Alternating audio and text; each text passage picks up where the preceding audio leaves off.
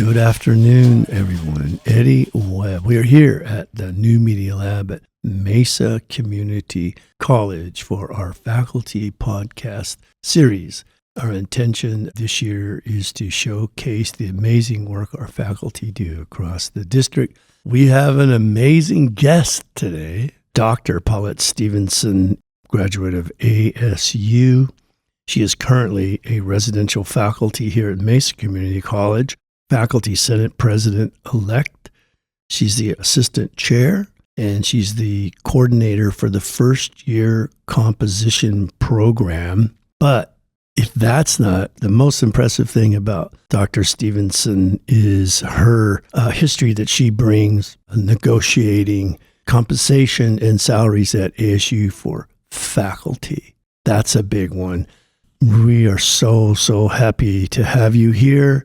I'm going to have my guest host now, Keegan, introduce himself. Hi, everybody. My name is Keegan. I work in the New Media Lab with Dr. Webb, and I teach adjunct digital art online, mostly video editing, podcasting, motion graphics, a little bit of vector, a little bit of roster. I'm Paulette Stevenson. I am residential faculty here, and I'm the first-year writing coordinator and the Faculty Senate President-elect.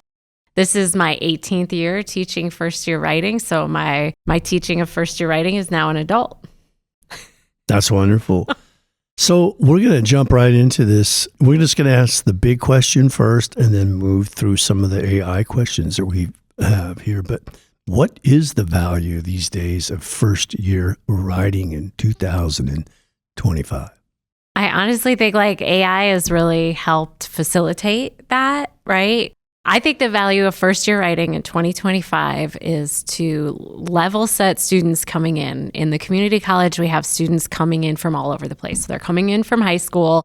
They have been working for, 10 years, and they're coming back to get a credential or a degree, to progress towards a degree.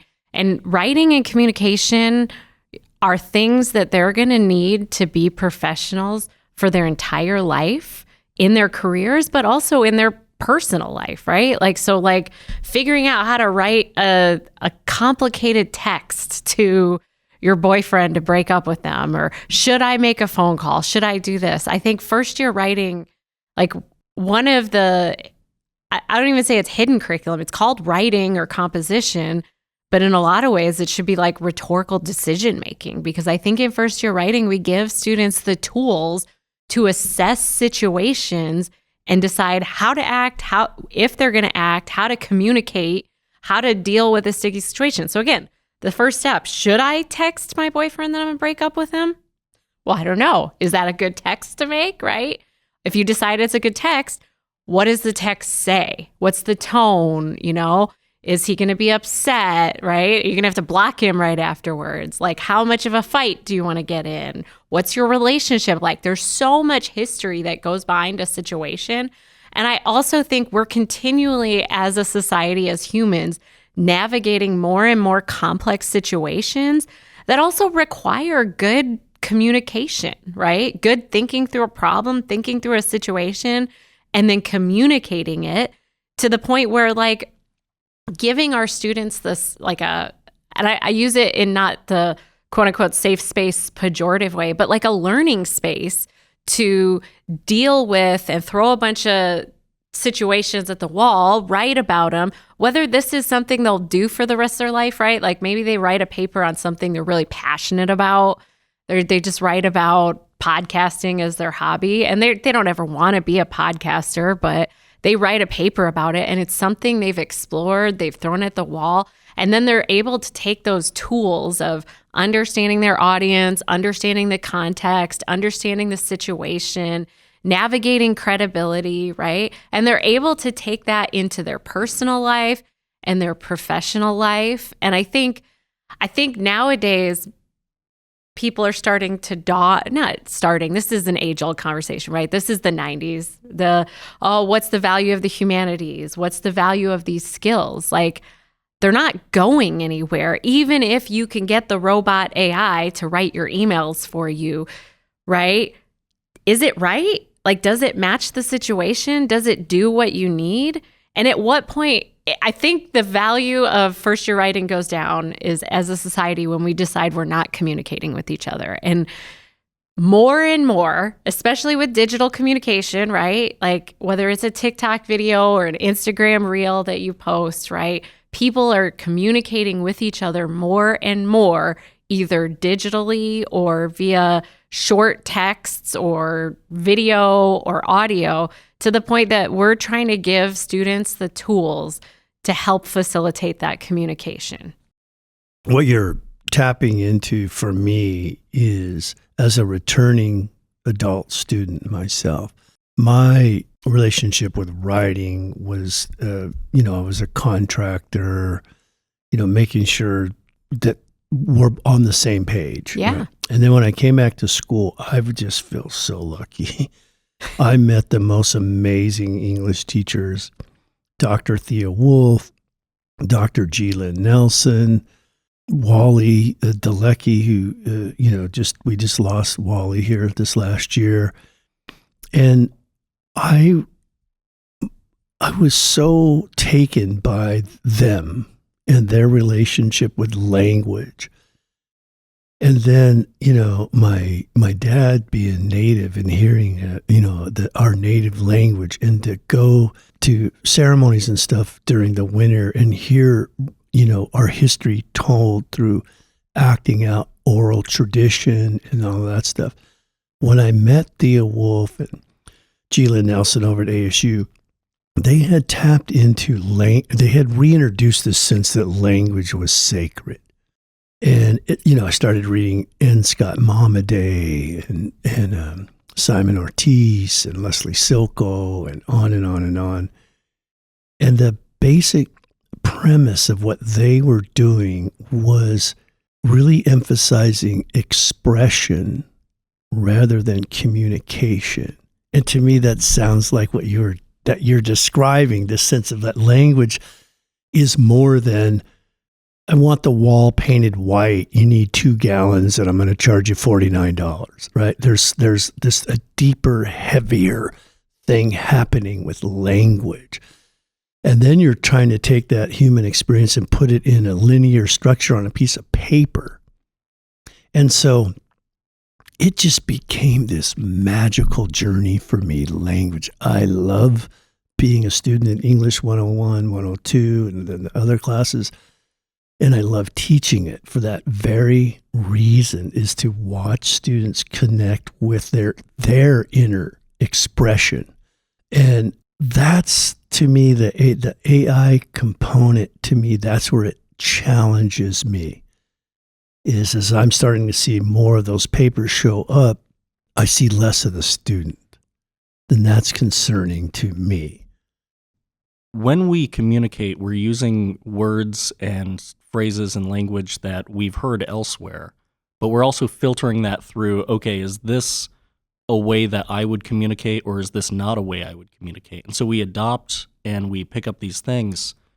But with AI, it's one unified voice from OpenAI or one unified voice from Google.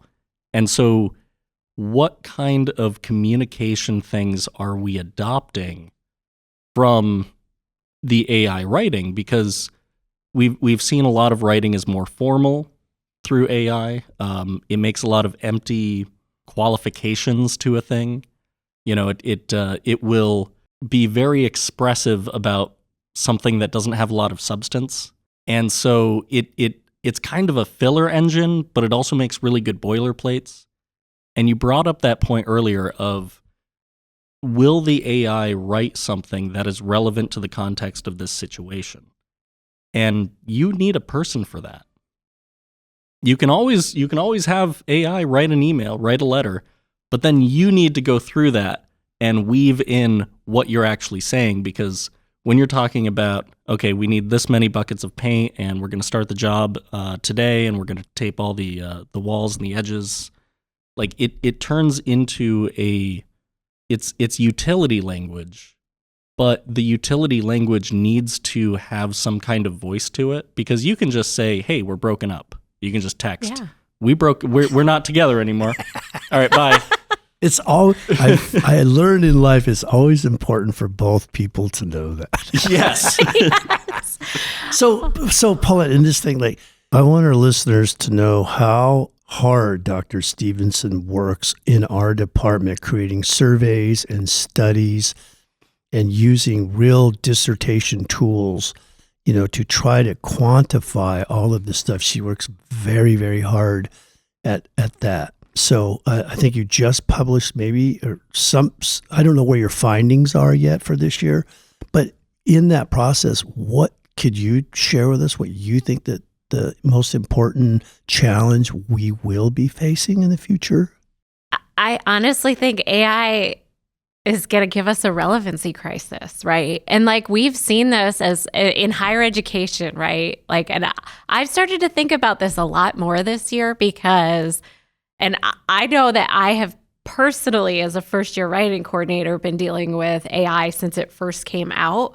I think not all of our instructors and not all of our students have been on the same page, but now at the end of 2025, I think everyone's here. Whether they love AI or hate it or use it or don't, everyone's on different like literacy journeys from students to including professors, right? But I think everyone is starting to understand that it's here, and maybe some people are using it a little bit. And here I'll talk about professors and professionals in higher ed. I think we use AI too much to our detriment. And I say that after 3 years of close observation, because this is still our job, right? Back in the day, if somebody said, hey, we got this new grading tool, you should use it to grade your papers. Now, it's the least fun part about our job because at the end of the day, even if we're excited to read what the student wrote, we have 24 of them times 5. So it's the workload issue. And then on top of that, at the end of the day, if we are a person who assigns points or letter grades, trying to figure out, is this an 89? Is this a B or is this an A? Did they do the work? So there's 2 layers to that, but that was still you. Now I'm hearing more people saying, I'm having AI do some grading, which is that ethical, right? That's the student's intellectual property, right? Hopefully you didn't put FERPA information in there. I'm having more people say I'm planning my lessons with AI. On one hand, I totally love that it is a good tool and it helps you. On the other hand, what are you doing? And that's not to, I'm not calling people out, but like go back to yourself 10 or 15 years ago when every single publishing company was trying to hand you here's a lesson plan, could we get graders in here? Or other programs I've taught at started kind of thinking about doing these things, right? What's a software we can get to do the grading? Because the underlying kind of assumption with that is you could do less work, which is helpful. But I think from an administrative standpoint, you could do less work also comes with, actually, you could have more students, or you could get paid less, or we could have less of you. So that's my worry about the future, is that if we don't get a handle on where can AI like really help us, and where do we really need to put our heads down and do the work, right? For me, grading, you should put your heads down and do the work. Now, that's not to say I haven't put a comment in AI that sounded real mean and said, could you make this sound nicer? Because I don't have the mental bandwidth to give the student positive feedback, because I could tell they phoned it in, right? But, and that's the same thing, like a lesson plan. It's super awesome to say, this is the reading for today. I don't have any ideas. My brain is dead, and then do a lesson plan. But I've been using AI since it came out, and I honestly think more lesson plans and things that I write with AI are failing the classroom than ever. I'll do it and I'll be like, why did I use it again? Right? Like, I know my students. And so I think it creates distance between yourself and your students. Now, the real like AI go-getters will say you have to prompt it, you have to do all this stuff. And I do a lot of that work. Like my AI prompts are like freaking like 10 level like dissertation quantitative logic problems, right? And even with that, there's still that human component. Like teaching is a human activity. It is a relational activity between you and your student and you and the class. So like 102 class, you teach one way, you go into the next one, and actually that doesn't work for that class, right?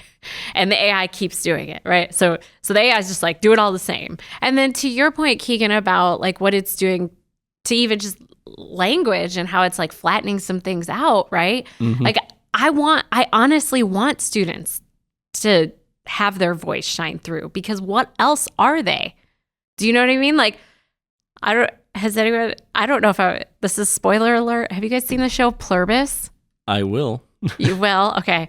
I don't think I'm spoiling much because I think this is all revealed in the first episode, but I think the premise has more stuff to it. So like there's some virus that comes and it basically makes most of the population the same, right? Like they're like an AI, but it leaves 12 people as unique individuals that can't be turned.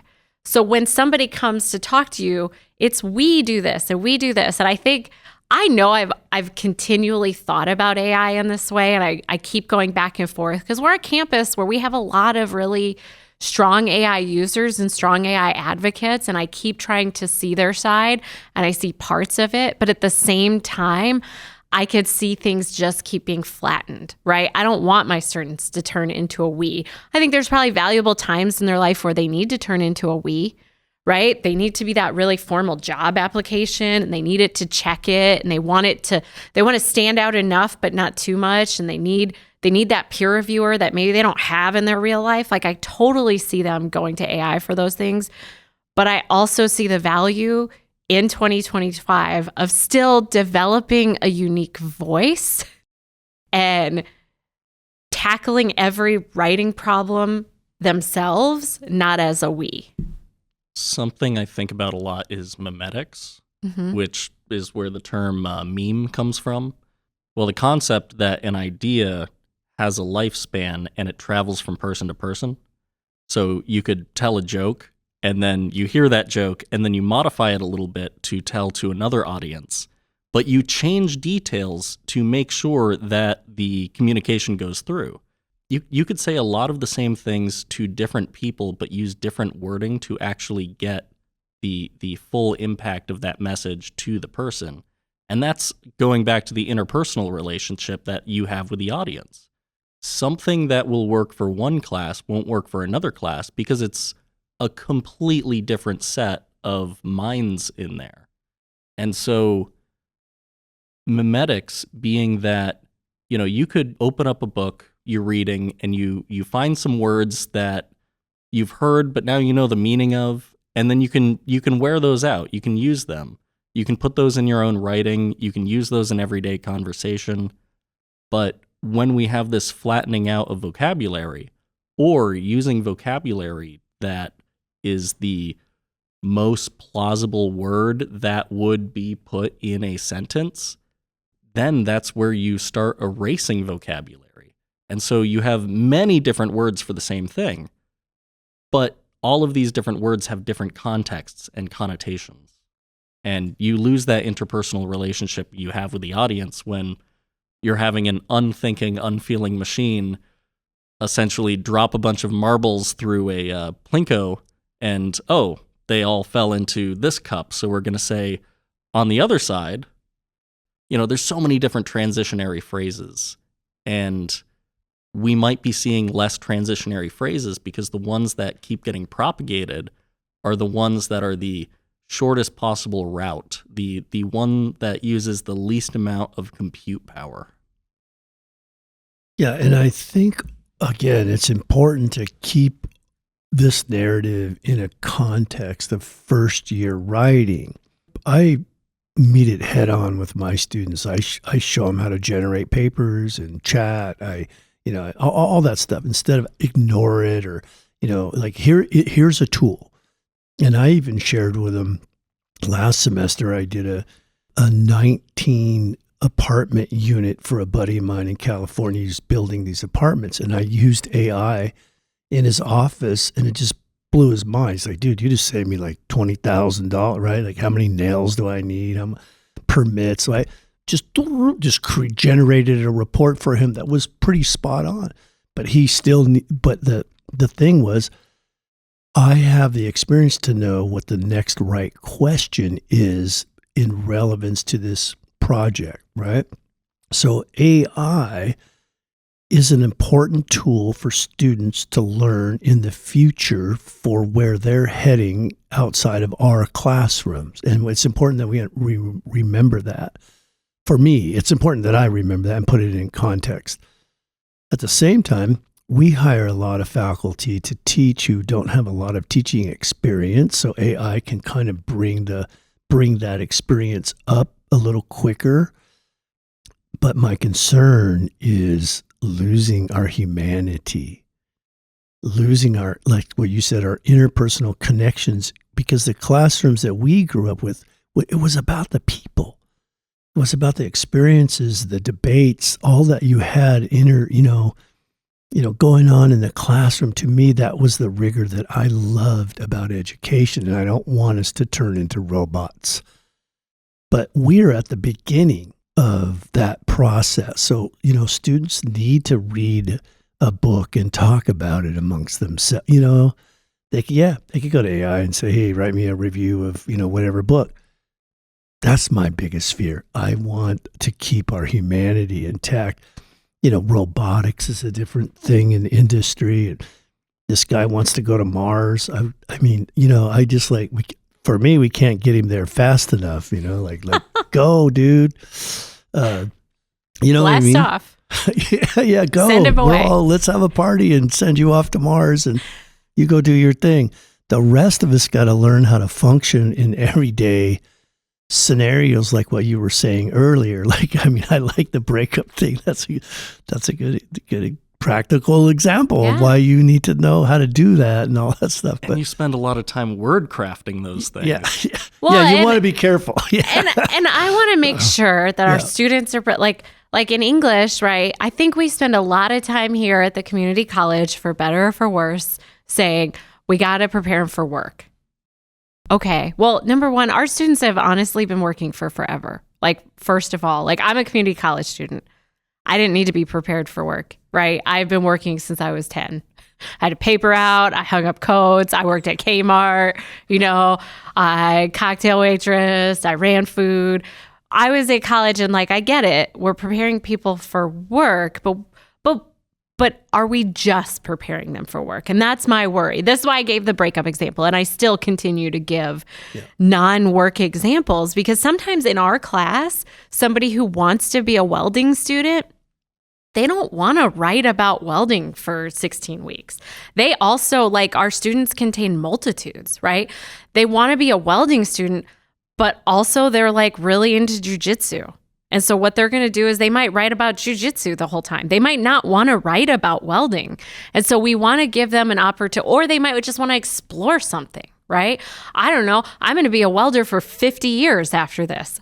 Why do I want to talk about welding, right?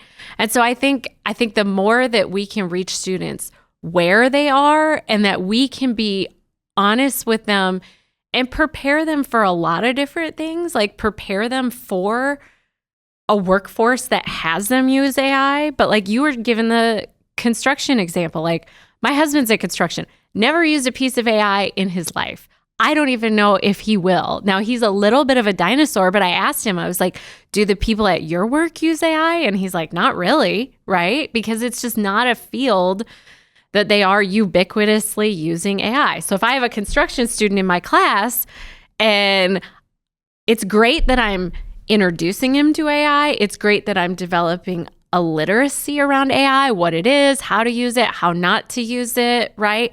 They might not even be using it for construction too. So you have to consider all the context by which the students might be using your content in your class. And for first year writing, that's why I say we're not writing, we are writing, we're rhetorical decision making in a lot of ways. I love that. And just so you know, these guys that I was helping, my old construction buddies, they didn't use it because they were, like their thumbs don't barely work on a keyboard and stuff, right? These guys are all late 60s guys. They didn't know how to use it.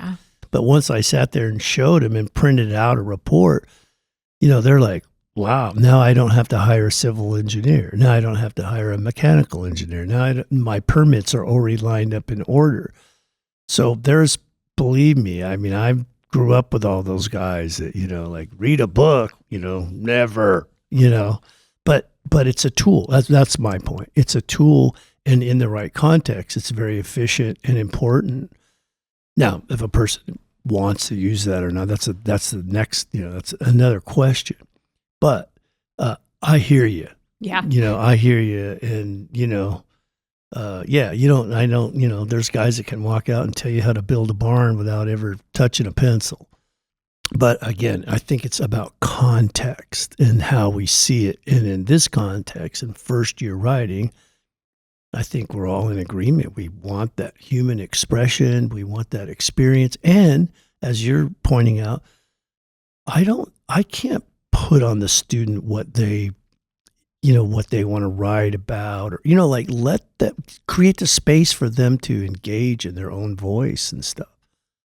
I've got a bit of a question, and this question kind of keeps me up at night. So a little bit of context. I know CSS and HTML, which are two languages for writing websites, writing web apps, writing layouts. It's a graphic design language, essentially.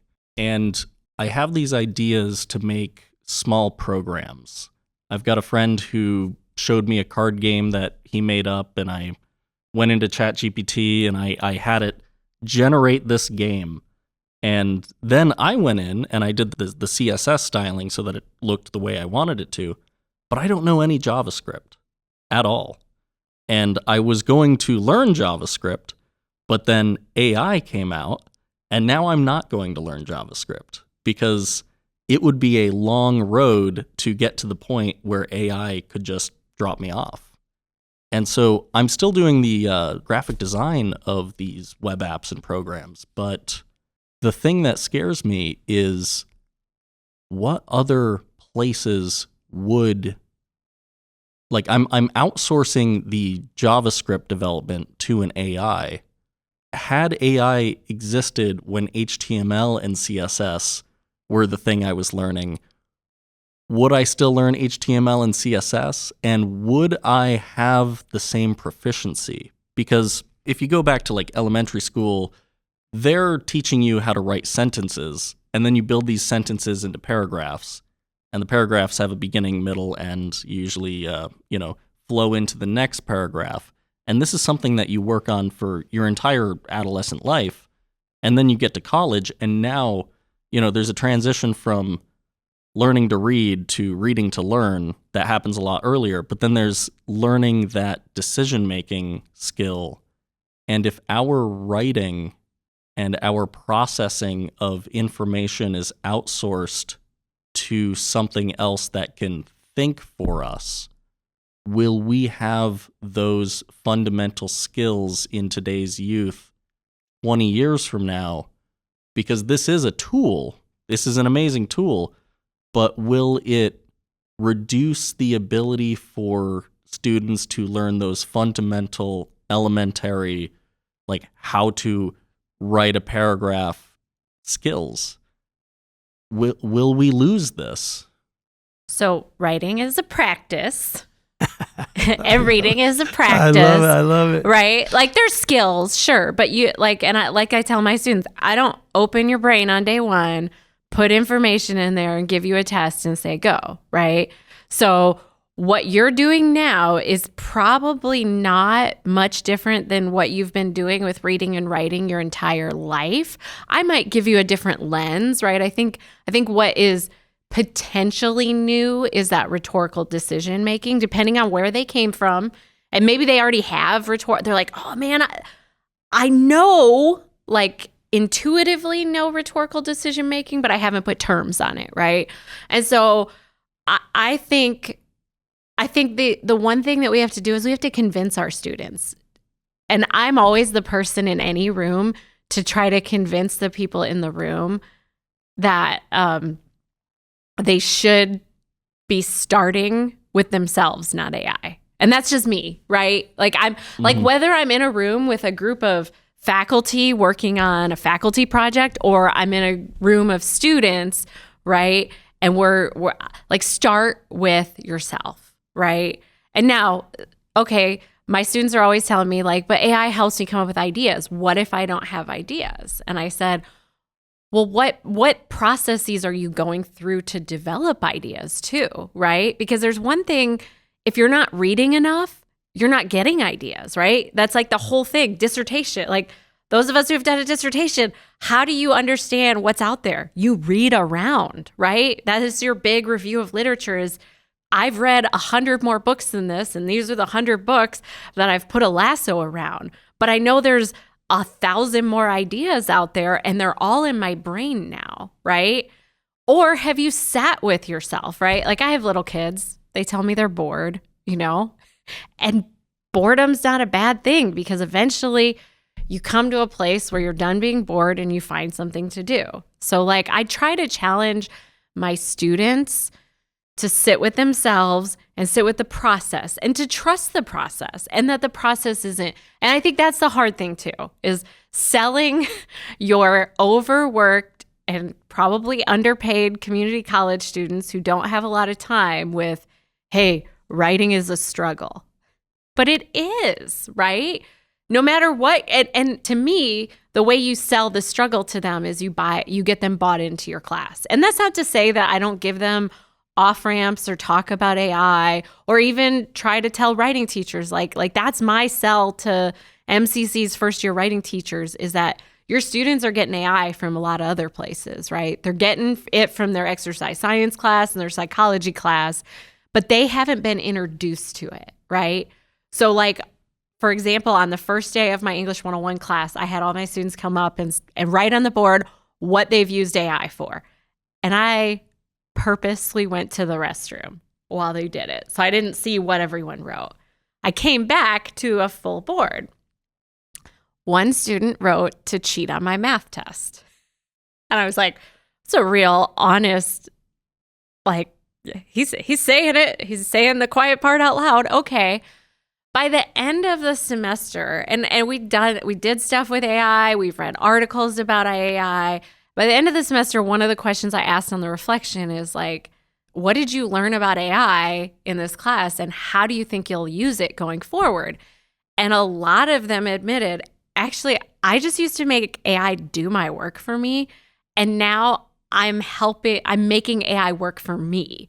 So instead of having it cheat on my math test, right, I'm having it tutor me for my math test. And I'm like, brilliant. Like that's what I want students to come out of this class to understand what AI can. I mean, that's not the only thing. Like that's the crappy thing about AI being so ubiquitous is that you have to talk about it. You spend more time about talking about it so that maybe at this point, I'm not talking enough about good paragraph structure because I'm stuck talking about AI with them so much, right? So because first year writing is like it really is a huge class. We are asked to do so much for the university or for the college, for the hidden curriculum of our students, right? How many times we've been counselors to our students, how many times we've been tutors for our students, how many times we've been career coaches for our students and advisors for our students. Like those are just, and none of that's in the curriculum, right? And then whatever is coming at us, right? Okay, what moral panic is out there, right? Oh, Johnny can't write, Johnny can't read. Okay, great. No, they can actually all do all of these things. They just have to develop the confidence in and of themselves. So in a lot of ways, like we're like coaches who have a subject matter that has to be really flexible for the situation and the student population, right? And we have to convince our students to do the work for us.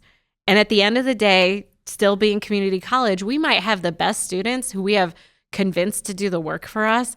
But when push comes to shove, they get called into work or their grandma dies at the wrong time and their life falls apart. And either they're like, crap, I can't finish the work and they'll withdraw from the class, or they use that tool a little more liberally than you would like them because they got stuck into a corner too.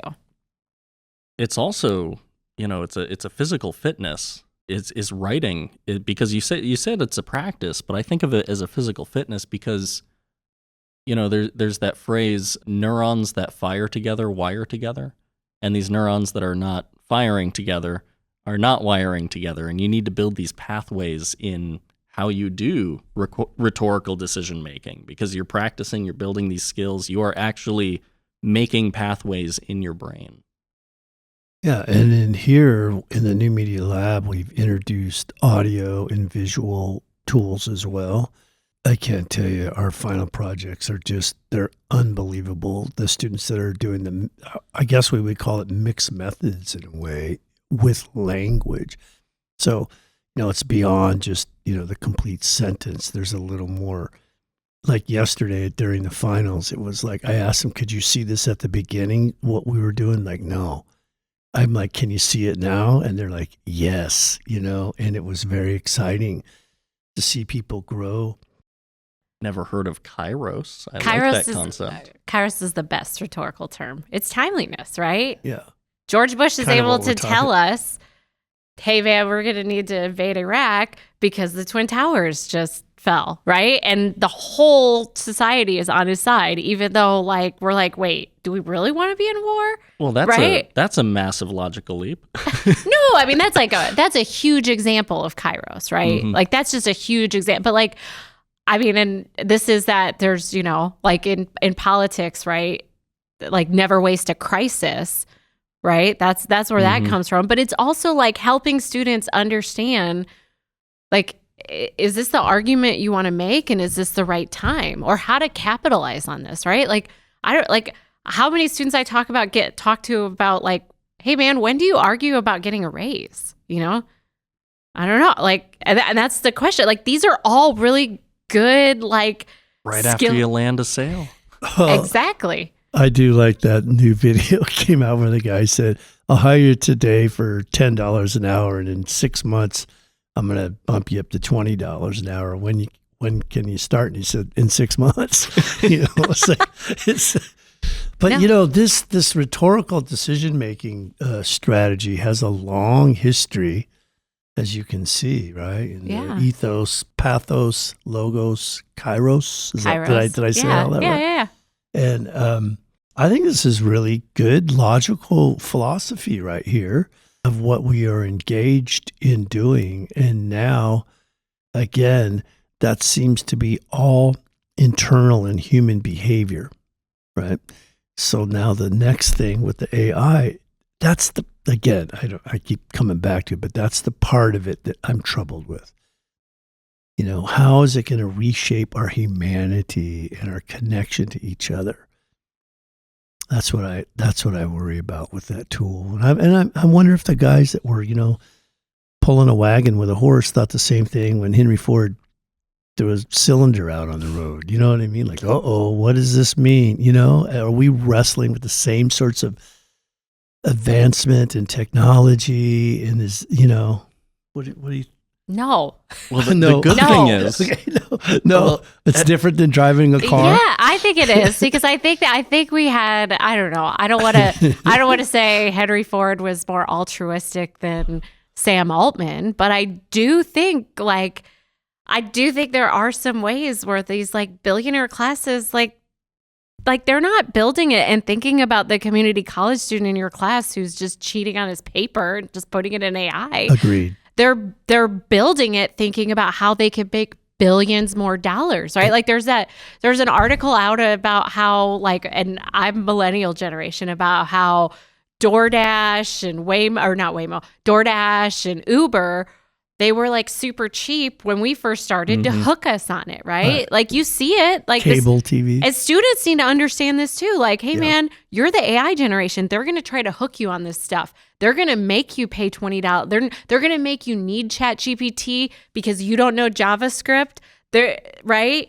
You're going to make you pay $20 a month because it's better, right? And I want to tell, I'm like, Keegan, go take a class on JavaScript so you don't have to pay $20 a month to Sam Altman forever so he could just, I don't know, do ketamine all day and go up in a rocket ship. Do you know what I mean?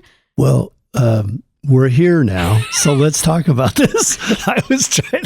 Sorry. I was thinking maybe not, but here we are. Because I do a lot of traveling in the backcountry, and I ended up buying Starlink because it's the only option really I had if the cell boost wasn't working.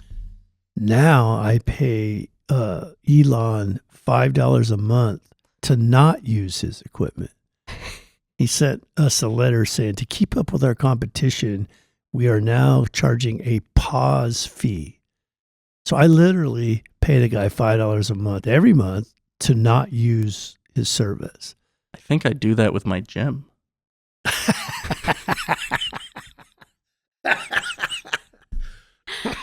Oh, man. There you go. Yeah. Well, I think you could just go use MCC's gym. Yeah. Well, let's talk about that. Let's talk about the economics of AI. Yeah. And how are we, unbeknownst to ourselves, becoming the agent of that as teachers? I mean, are we being forced in? And it happens so slow. No, Canvas is just an option. You don't have to use, now we have to use it, right? So-and-so is an option, but now we have, it was just slowly like molasses, just having a smartphone, two-factor authentication. Yeah. I can't get into my email now without my iPhone, so adoption becomes normalized. And this is where I'll just at least put my faculty advocacy hat on, right? As much as I think all of our instructors should be introducing students to AI, I will ride hard for someone who develops a good use case and says, I don't want to talk about AI in my class because I don't think I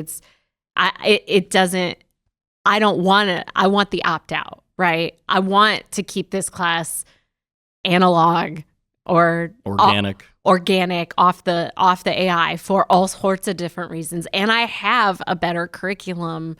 Like I have a good curriculum and that is future looking. It just doesn't include AI. So I will, whatever that is, that's our academic freedom right there. And that is that we are subject matter experts who have that academic freedom as long as you're sticking to the competencies in the curriculum, right? There's a lot of different ways to do first year writing. Well, it's academic freedom as long as it doesn't move into the competencies. Then it's not if you're going to teach AI, it's how you're going to teach AI. But you will teach AI the core competencies. You know what I mean? So that's how that moves. Like if it becomes a part of the competencies and then gets tied into accreditation, that has, academic freedom isn't whether you're going to or not to, it's how you're going to, right? Am I right? That's a question. And why would we encode AI, which has only been around for 3 years in its current format to the mass public, into our competencies, right? We haven't encoded PowerPoint. We haven't encoded Google. We haven't encoded like one single technology. I think having like we always have the competencies fight. Like, oh, the competencies need to be changed. They're not future looking enough. They don't include all this stuff, right? And I actually think for now, I don't know, man, let's just pause. Let's keep it the way it is because our biggest competency is that rhetorical decision-making one, right? In 101, it's a little bit more reading the rhetorical situation. In 102, it's a little bit more writing to the rhetorical situation. There's a bunch of process stuff in 101 and 102. Those are still our values. We still value process. 102 asks students to do a little bit more research. And both of the technology competencies in 101 and 102 are pretty broad. Match the writing technology to the situation. Again, that's still rhetorical decision making. And that's the kind of stuff you guys do in here, right? Hey, what is this? Is this a podcast? Is this a video? Why would you choose a podcast over a video? Is it because of your audience? Is it because of the reach you want? Is it because the medium you want to be able to post it on, right? Like Joe Rogan does a podcast, but it's visual. That's an interesting rhetorical decision making, right? And that's that's what you're trying to help students do in here. And so the technology competency, in my mind, I would be the first to yell and raise a big stink if we just encode a technology that has been around in mass for 3 years into our competency. Because how do we know this is the future going forward, right? And why just that technology? I have so much money in this. Yeah. Well, you know what? Again, when for the lab here around language, I mean, there's been years where I'm learning too. So now in the rubric for our final presentations, you still write the 4,000 word research paper, and it's rigorous. But then when we do the final and the media presentation, now students have options to either do a sound stage, get in front of a camera, read what they want to say, or they can go into the podcast studio, read and just have a voiceover, or they can take the video and put it in Premiere. And as they're in front of the camera, we have like a minimum now of 4 pieces of B-roll. So as they're talking, it has to come up on the screen. It's been amazing because, these people here don't want to get in front of a camera, but they want to do a voiceover. It was amazing, right? And so that's what I've had to learn is there's choices within these mediums. It's not just, no, you're going to do a video and express, but I had to learn too. I had to learn these technologies and learn how to be comfortable in front of a room with a lot of students. And Keegan is here. And so. And I think I think that really helps students because, right, like I think a lot of us have not a lot of us, I don't know. Some of us have a more digital project. Mine is a choose your own adventure because I want students to match what they're writing about with their audience and their purpose and their context. So if my example is always like, would you record a video for a TikTok for grandmas? And they all laugh. And I'm like, no, I'm asking. Like, I don't know. I would assume that grandma's recording a video, right? Grandmas are, but like if you're trying to reach grandmas, like where would you reach them? And like every now and again, you got to go to Facebook or whatever because that's where grandmas are. And I was like, right, but you should also do a little research to see where you would reach that audience, and then try to reach them there. And then beyond that, okay, what does this genre of TikTok video look like, and how do you research it?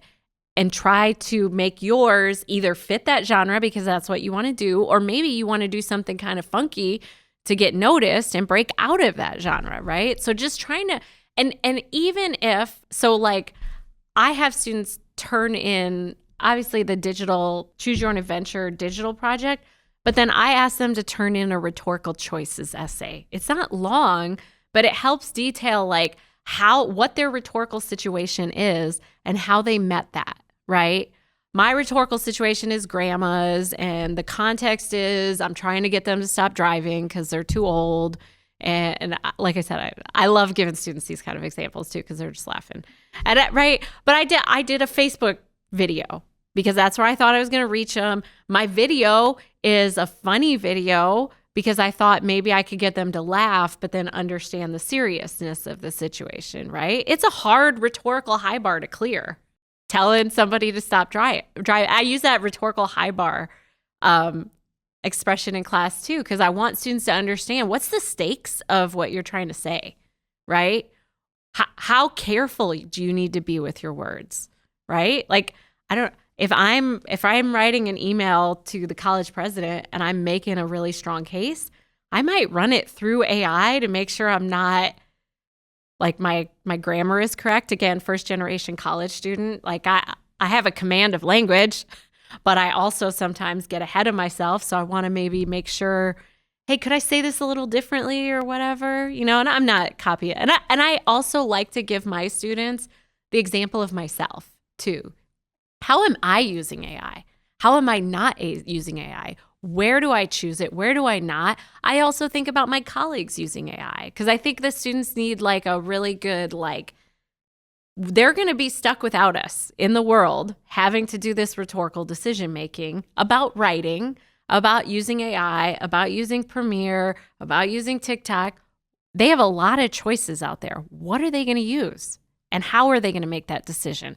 What's their rubric? What's their criteria, right? And I think that's really our job, is to be just this kind of like really professional writing coach. And I hope so. I think you see that with your older students, right? They see the value of it because they're like, dude, I've like never been in a space like this where I just have like this whole like a writing coach and like this studio environment, and that's awesome.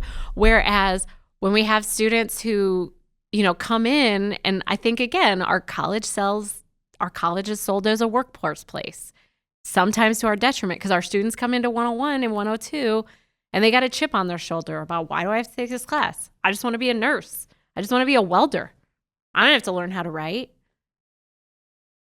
Well, education's more than that. Yeah. Well, I mean, it's tied into our funding model from the taxpayer that, we have an obligation and we work with workforce development, and then we have the academic side. I mean, what a wonderful profession this is to be an educator, especially at this time when things are moving fast. And, there's a lot happening. I don't know. I just find it very rewarding to talk about these things.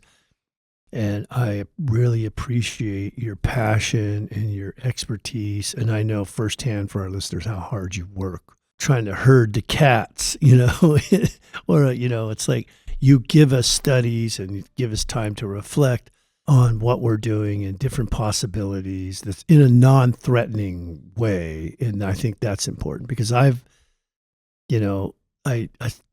don't mean to harp on this, but I am a tribal member, and that culture has heavily influenced me. And I have struggled here at this very Eurocentric model and watch how it runs and then how people move in and out, all the power and all. And so it's nice that people have been able to give people like myself and others space and room to express a different way of viewing language and life and learning.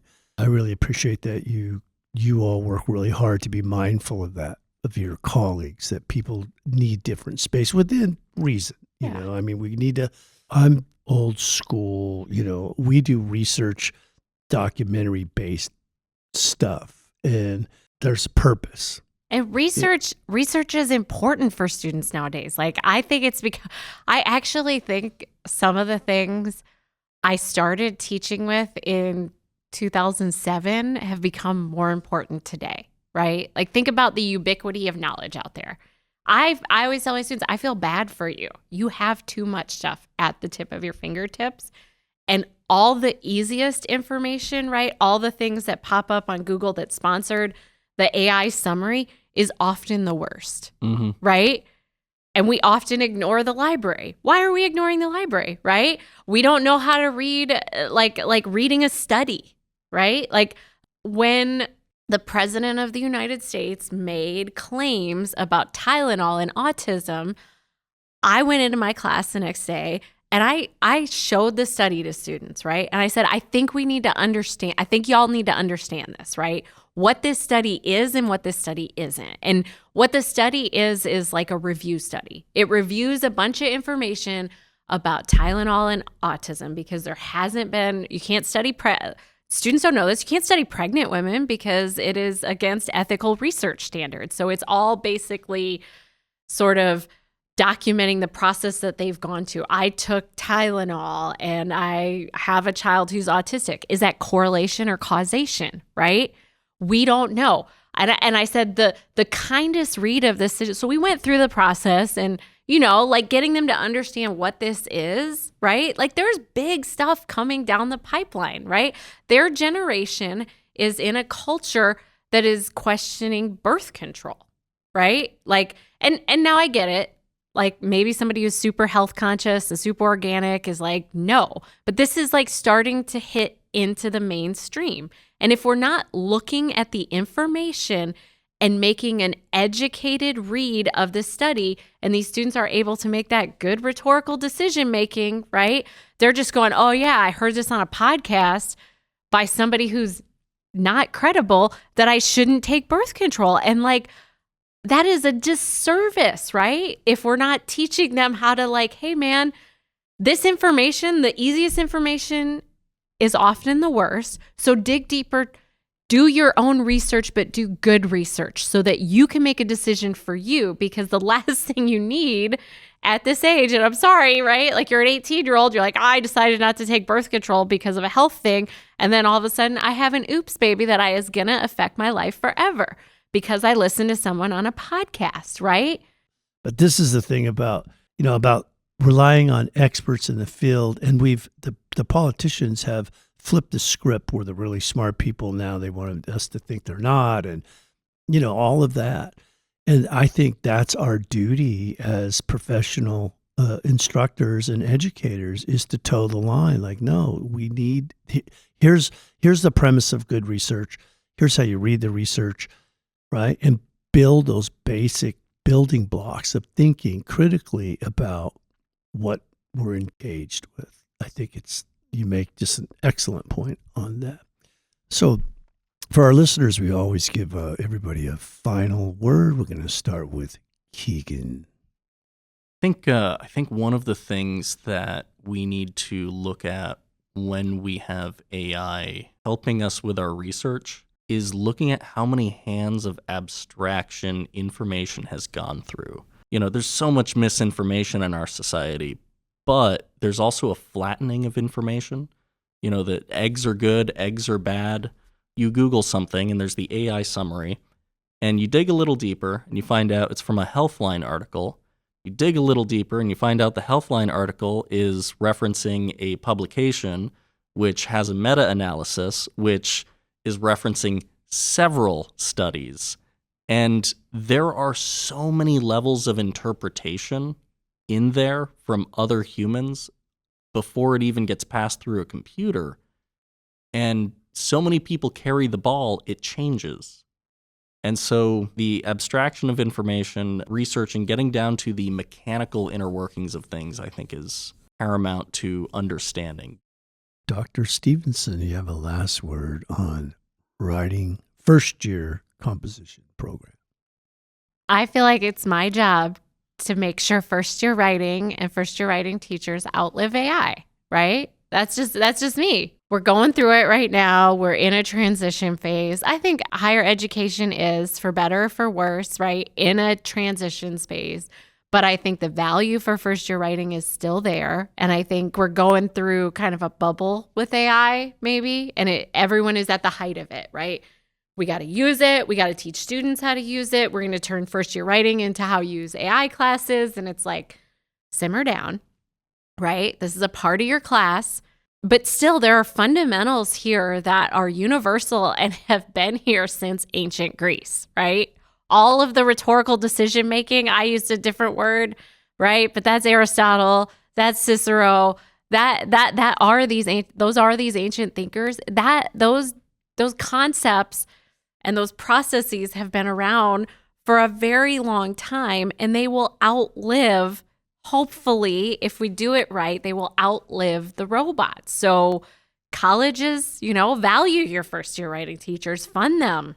See how do we improve the programs that aren't tied to AI, right? That are beyond that, because our classes do so much more than teach students how to use ChatGPT. Students are smart. We need to teach them ethical decision making around AI for sure, but they already know how to use AI, right? Any single person could use AI. It's click, click, send, right? Oh my gosh, this is what it does. You start working with it and it does it. So it's a technology it doesn't take a JavaScript class to learn in a lot of ways. Whereas writing and reading are processes that you should continue to do and perfect and take weird zigzags around all of your life. And we need to preserve those. Agreed. I don't mean to be over dramatic, but as you were talking, I was thinking about when you said outlive the robots. I'm like, Einstein said, I don't know what World War III will be fought with, but I know that World War IV will be fought with sticks and stones. It's kind of like, we want to thank you, Dr. Stevenson, for coming over here and talking to us. If you want to talk to Dr. Stevenson, you can come over to the English department, learn more about this podcast and the tools and the thinking behind it, perhaps she could share some of the studies. It's remarkable work. We're really proud of her. It's an honor and a privilege to talk with you, to have you in our department, and I look forward to your future. In my dad's language, we say, "Ai ski gali iliga donadogo ha I wada awa." Take care of each other out there because we are all we have. Thank you.